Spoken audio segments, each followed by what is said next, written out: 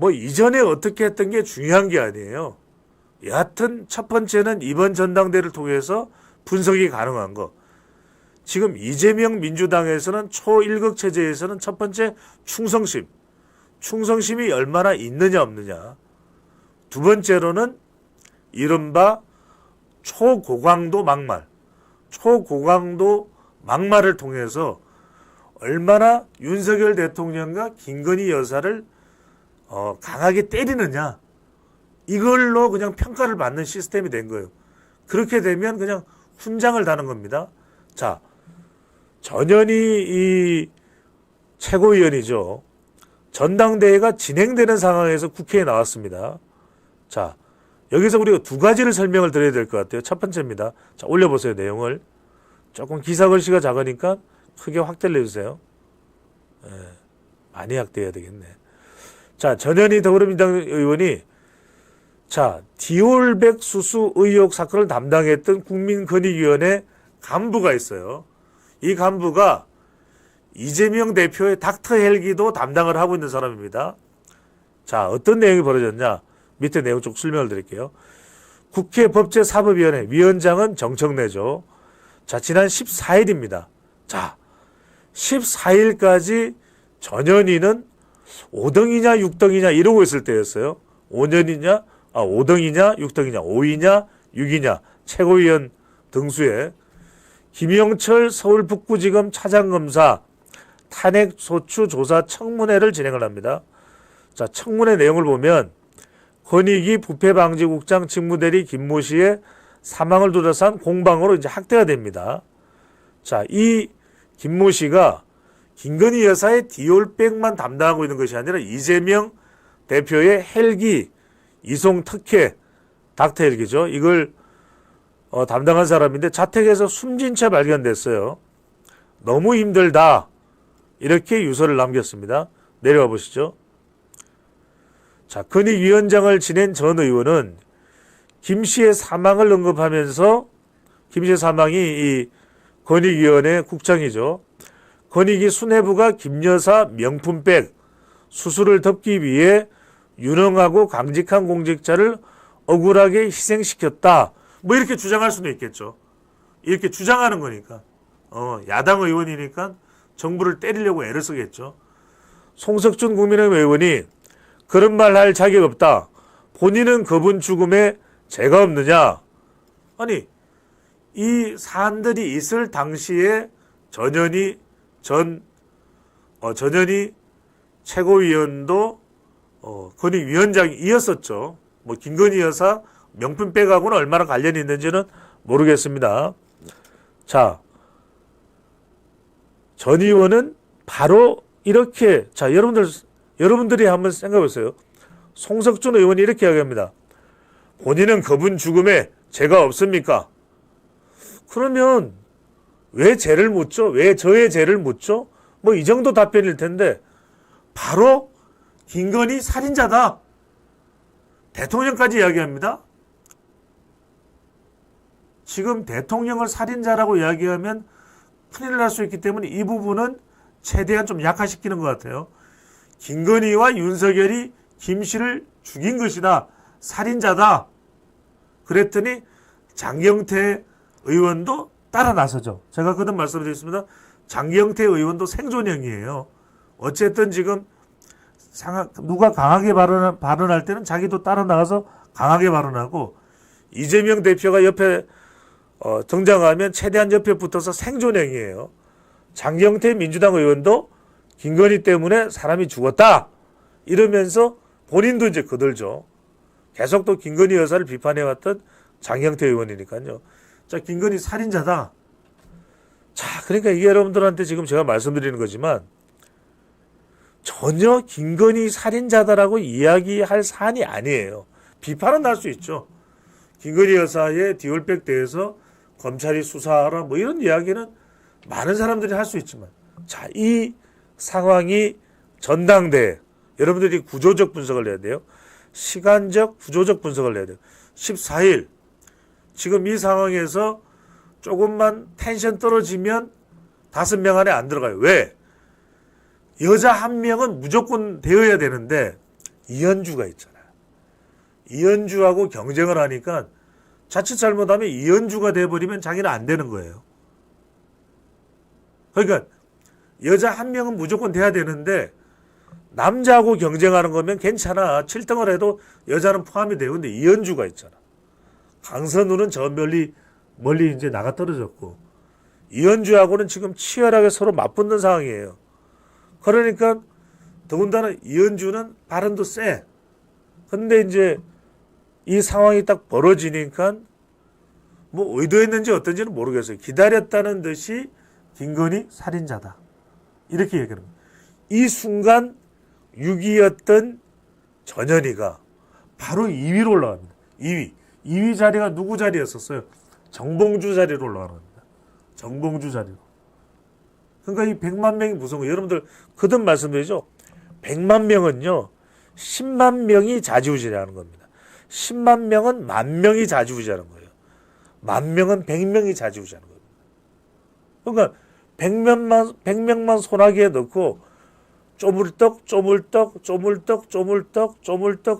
하면 장악이 되는 거예요. 여러분들 이게 수의 구조적인 해석을 해야 됩니다. 자, 100만 명인데 100만 명이면 민주당 전체가 좌지우지되고 여기서 10만 명이 100만 명을 좌지우지하는데 10만 명을 좌지우지하는 것은 10,000명이고 그 10,000명은 1,000명이고 10명이고 이렇게 줄어드는 거예요. 그래서 그 사람들만 여하튼하면 이런 상황이 되는 거. 자, 그러니까 전현희 최고위원은 어쨌든 간 저쨌든 간에 본인이 의도해서 그랬든 안 그랬든 정말 그냥 훈장을 하나 단 거야. 김건희 살인자 이러면서. 그랬더니 그냥 막 난리가 난 거겠죠. 한 100명이 난리가 나고 1,000명이 난리 나고 10,000명이 난리 나고 10만 명, 100만 명. 끝이 난 거예요. 자, 그 다음에 김병주.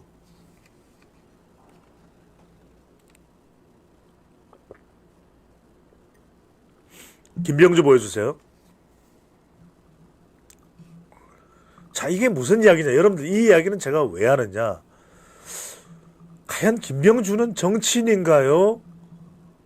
안 그러면은 사성 장군 출신인가요? 물론 지금은 정치인이지만 육사 40기 출신의 육사면은 국민들이 세금 낸 걸로 학교 다닌 거예요. 그런데 적어도 사성 장군 출신의 양심은 남아있어야 되잖아요. 그런데 자, 김병주 후보자도 3등을 예상해서 3등 정도를 예상하고 하는데 지금 뭐 상황을 보니까 지금 뭐 김건희 살인자 이야기 나오지 이건 뭐 자칫 잘못하다가는 어떤 상황이 벌어질지 몰라요. 오히려 김건희, 이현주 지금 전현희, 이현주 다 됐잖아요. 여성들이 와르르 들어오면 자기는 밀려나는 거 아니야? 그런 생각을 할 수도 있어요. 본인은 막 인지도가 무진장 높은 그런 정치인이 아니잖아. 군인 출신이잖아요. 그러니까 본인의 전공을 살렸죠. 자, 계엄을 이야기합니다. 이 내용이 뭔지 한번 보여주세요. 이건 김병주 후보자가 지금 언제쯤 이야기를 해요? 언제 이야기를 해요? 위에 날짜 좀 보여주세요. 17일 날 이야기하죠. 그렇죠? 17일 날이죠. 17일 기사죠. 자, 뭐라고 이야기하느냐. 자, 그러니까 지금 막판에 여하튼 간에 표를 다져야 되잖아요. 이번에 그래서 김병주 후보자가 몇 등이에요? 4등은 했어. 4등 했죠. 3등이 한준호, 3등은 한준호죠. MBC니까. MBC 출신. 예. 4등이 그 다음에 김병주. 어떤 이야기를 하냐 이거예요. 제가 간단하게 설명을 드릴게요. 김병주 후보자가 육사 40기입니다. 사성장군 출신. 한미연합사 부사령관이죠. 부사령관이에요. 이따 잠시 보여드릴게요. 근데 이 이야기를 하는 겁니다. 봐라. 신원식 국방장관을 물리고 윤석열 대통령이 충암고등학교 1년 선배인 김용현 경호처장을 국방장관에 임명하지 않느냐. 그리고 방첩사령관도 충암고등학교 출신이다. 그 다음에 777 사령관도 충암고등학교 출신이다. 여러분들 우리 군인이 몇 명입니까? 군인이 몇 명이죠? 군인이 몇 명이죠? 자, 장군이 몇 명이죠?